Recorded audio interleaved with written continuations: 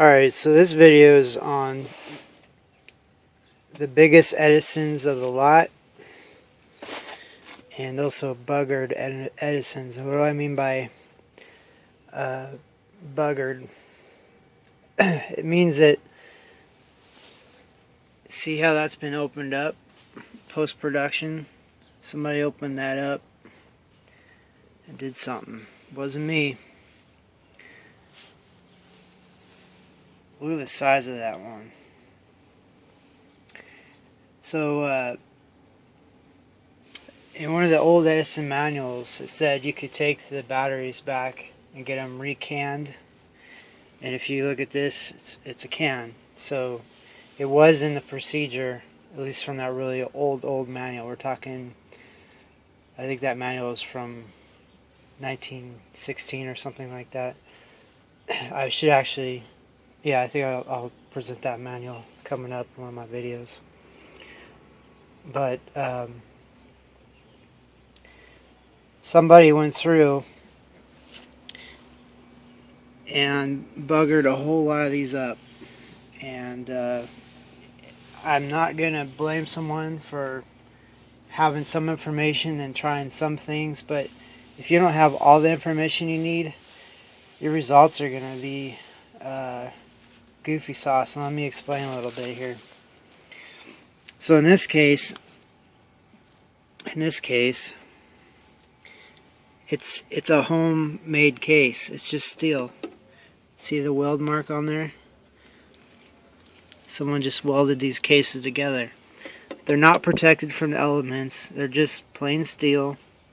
Looks like they had some kind of paint on them or whatever, but that doesn't matter. Look right there, it's already rusted through. So the original nickel iron alkaline Edison batteries, especially the bigger ones, the industrial ones, were triple plated nickeled steel. Okay, and that's why they've held together all these years. You can't just have raw steel. I don't know how that was overlooked. Or they're trying to save money or something. So now I bought a huge lot of nickel iron and nickel cadmium batteries, and part of the negotiations was I'd have to take everything, including stuff that's all buggered up, and this is some of it. Let me see what else. You can see that they changed the gland seals to whatever this is. And this is just set on there. It's like, did they once have some kind of like, at least some kind of like sealer or something, and it's decayed and gone away? Because the problem with having an open case like that, look, you have two different variants. You have one like this, and then one where the cut's down more.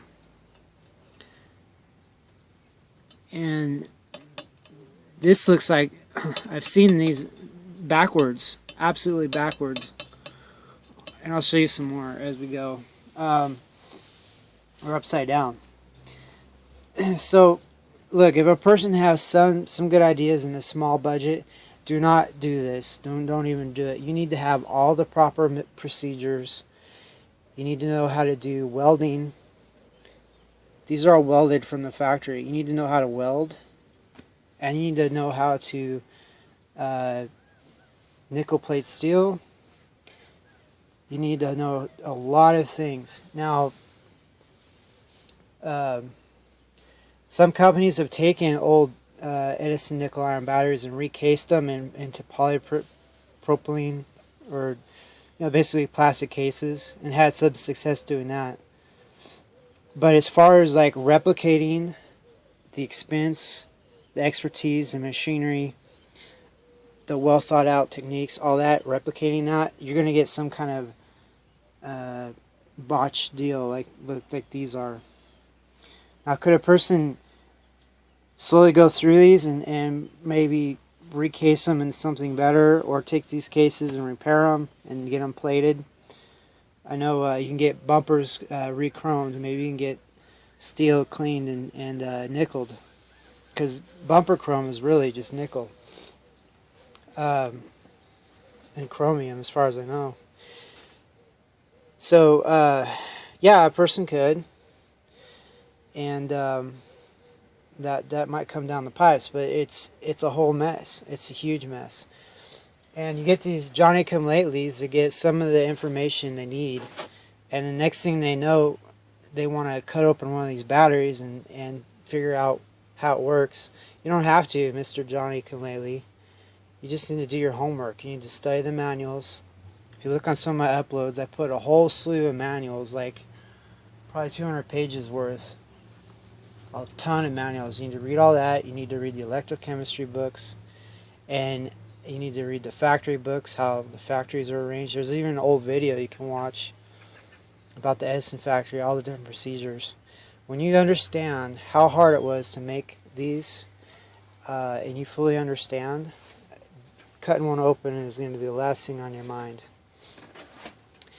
Your best bet is to be patient. It took me 5 years to negotiate this deal to get this done, and 5 years of research. The final deal took a year. It's not something you're going to just all of a sudden do and be successful at. I've never cut open one of these batteries and never will. I know better. The most I'm going to be able to do is restore them. So here's a few more. Now I've got a really sad situation here that I'll need to fix, which is basically kind of store. They need. Just imagine having to restore so many batteries. Having to restore them. I mean, and each one will take lots of time and money. Jeez. So here's a few more that actually these are all. I think I. Well, here's one that's not dickered up.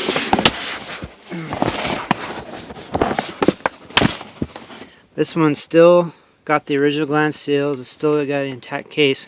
I bet you there's a dent on it or something that we don't see. But yeah, these are really big, really big. They've been messed with. So what am I trying to say? So I had some old gloves. This was just a stopgap. Plug up that entry hole there.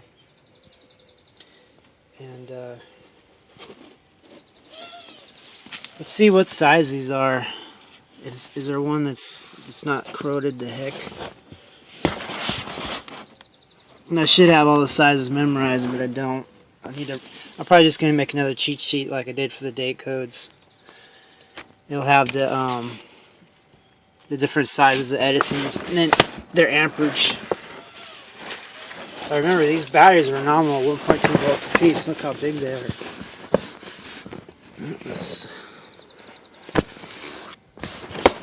Looking for. Oh, there's one. Do you remember Did you remember the date code on my last video? Do you know what that is? You can look it up. I'll have to. I don't have it with me right now. What are these? A something.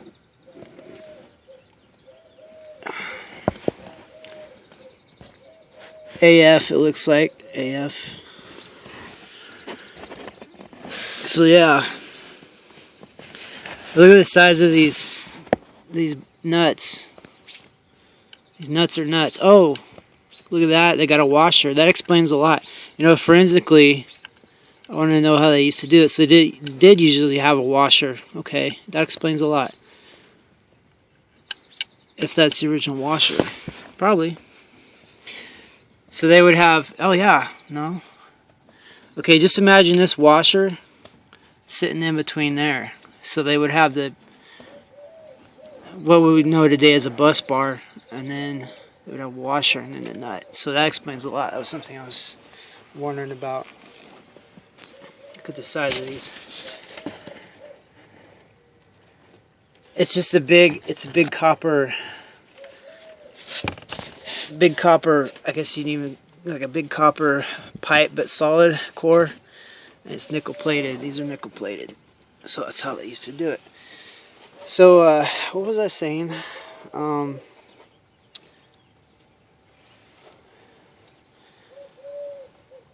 You'll see these others right here. That's when Exide took over the Edison battery, and they decided to do it with these types of terminals and do their own thing. It's different.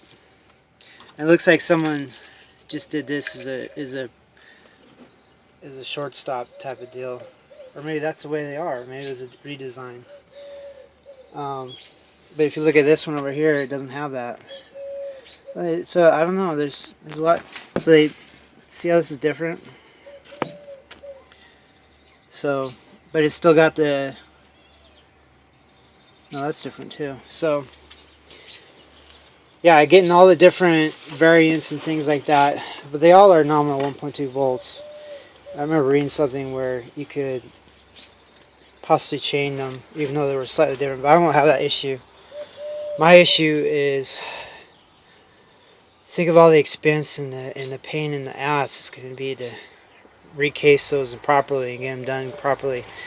And why would you think something that consumes so much money in something like this? Is because you love your hobby. And it's a truck coming down. And you know that these batteries are such an investment that you would spend money on stuff like that. So I was going to say this for another video. I might still do it. Here's some more of those Exide Edisons. Over here, sorry. See how the terminals are different? These are the original design Edisons. For what size are we got?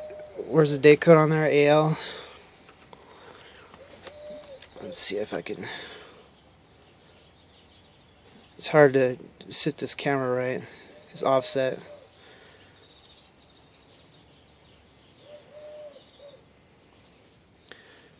So that one right here says AW. So I'm holding the camera with my left hand, and it's all screwed up. So anyway, we won't fool around with those codes for that right now. But see how the terminals are different on those? So I measured those, you know, with that gauge tool I had, and this was the closest thing. I'm going to be fixing these up with stainless steel bolts, right? But they don't thread all the way in, which is just another confoundry. They're the closest thing too. And then these earlier Edisons, before Exide took them over, I've got the stainless steel nuts on those. So, but these are the same battery, but different terminals. You see what's going on here? You see what kind of headache this is? You sure you want to do Edison batteries? People don't know what they're getting into. I don't know. I'm super challenged. The only reason I have time to even make these videos right now is because I'm in Washington State, you know, and right now everybody's supposed to stay home, so I got some paid leave to do that. But what was I going to show you? I want to show you an original Edison or an Exide battery cap. Before Exide closed down the nickel iron, here I'll talk as we walk. Before Exide closed down the nickel iron manufacturer, they had some of their own caps and things, you know, the modifications they're trying. And if you ever heard of the saying, if it ain't broke, don't fix it, well, Exide didn't know that saying.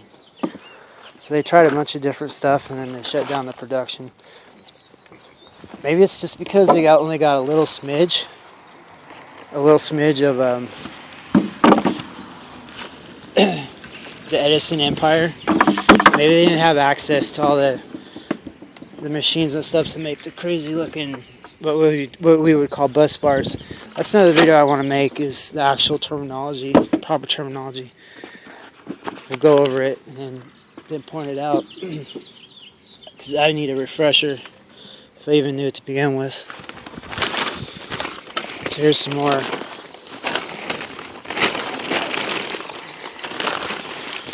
Okay, now we know. So these bigger ones, which are unfortunately buggered, these are Delta 10s. Look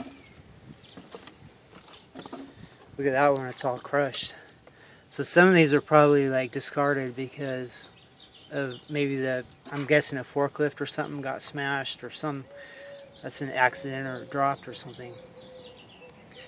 So when you have a battery bank and a few of the batteries are smashed or whatever, you might have to get rid of the whole bank, and so that means there might be a few that are really good, but they went along with the ones that weren't, to the horde, what became the horde that I bought.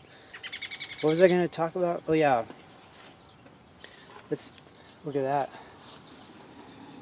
Isn't that cool? And it goes to this type. There's a lot here. Oh, here's some more examples of the guy. So I bet the guy that cut these open also was the guy that decided to put just straight steel nuts on it, because it's another botched job. You know, these are not original Edison nuts. And why, you know, the original Edison nuts, if you want to know, were nickel plated steel. So if it ain't nickel plated, it's not nickel plated, forget it. And you see why?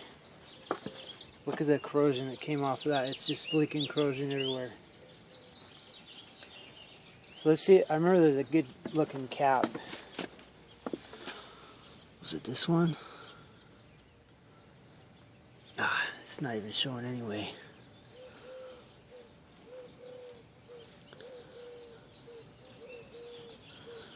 It's not showing up. Hold up, let me put some WD-40 on it and let it show up a little bit.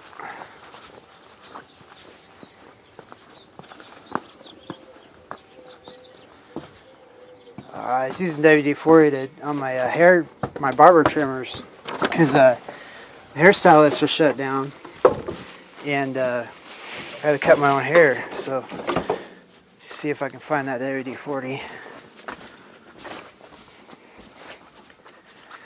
So yeah, I'm gonna try to put out a video every day. So if you like this kind of thing, just subscribe and whatever. So a lot of times if you put WD-40 on old I don't know, stamped metal nameplates and stuff, you can kind of read them. I don't think it damages them either. I mean, you probably do the same with water, but that would damage them.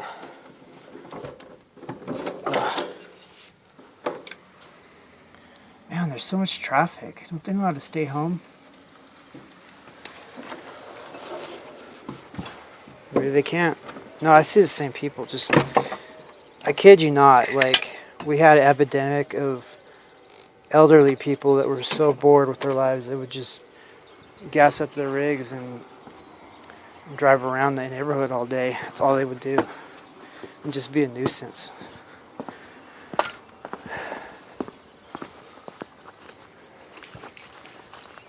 But we're getting a lot of people from the big city, I think. They're coming around and screwing around.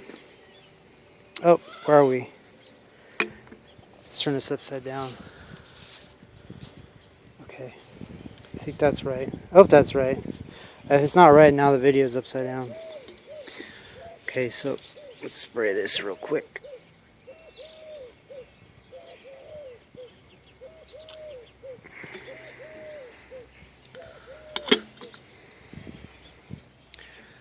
Let's see if we can't.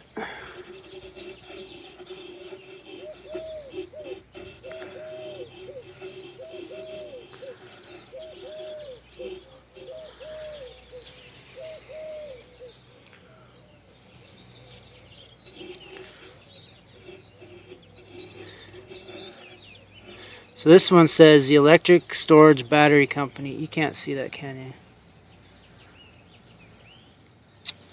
I'll read it to you. The Electric Storage Battery Company, West Orange, New Jersey. Nickel Alkaline Battery Division. Made in USA. And the date on this one is 19A. So this might be... It doesn't say... Oh, there it is. There's Exide right there under the... See where my finger is? Right there. See? That's an Exide cap. Now you can see it. See Exide? So they just cut Edison right out of his own invention when they did that. So, and the date code on here is an A. That might be not right to that other thing I had. So there you go, an original cap.